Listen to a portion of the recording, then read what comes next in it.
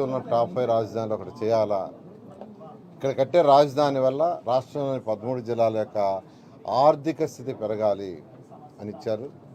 ఖచ్చితంగా నేను యాక్చువల్గా మంత్రిగా స్వీకరించినప్పటి నుంచి నేను స్టడీ చేస్తూ ఉన్నాను.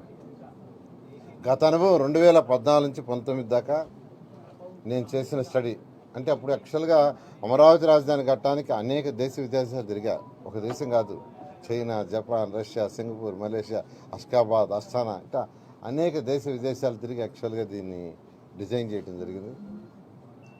ఆ అనుభవంతో అధికారులతో అప్పుడు కూర్చొని డిస్కస్ చేసినప్పుడు కాంట్రాక్టర్లు, చిన్న కాంట్రాక్టులు కాదు, వాళ్ళంతా ఎల్ఎన్టీ, షాపుంజీ, మెగా, ఎన్సీసీ ఇలాంటి పెద్ద పెద్ద కాంట్రాక్టులు, వాళ్ళందరితో కూడా అప్పుడు డిస్కస్ చేశాను.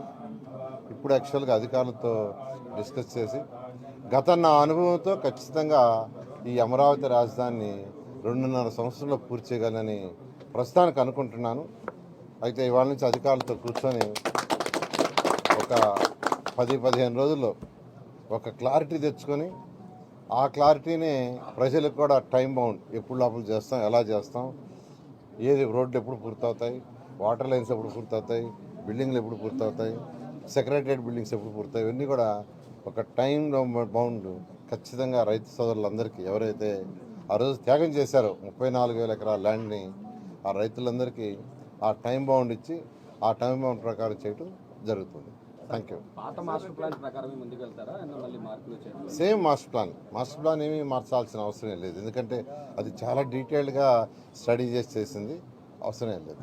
గత ప్రభుత్వంలో 1,00,000 కోట్ల రూపాయల వ్యయం చేయలేక మేము 3 రాజధానులు చేయాల్సి వచ్చింది జగన్మోహన్ రెడ్డి గారు చెప్పారు. ఇప్పుడు 1,00,000 కోట్ల వ్యయం అవుతుందా అండి ఎస్టిమేటెడ్?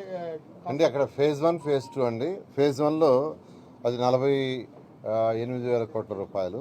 ఫేజ్ 2 అంటే మెట్రో అవన్నీ, అంటే ఫ్యూచర్లో మెట్రో కావచ్చు, ఇటువంటివన్నీ చేయడానికి టోటల్గా 1,00,000 కోట్లని యాక్చువల్గా ఎస్టిమేషన్ వేసాం.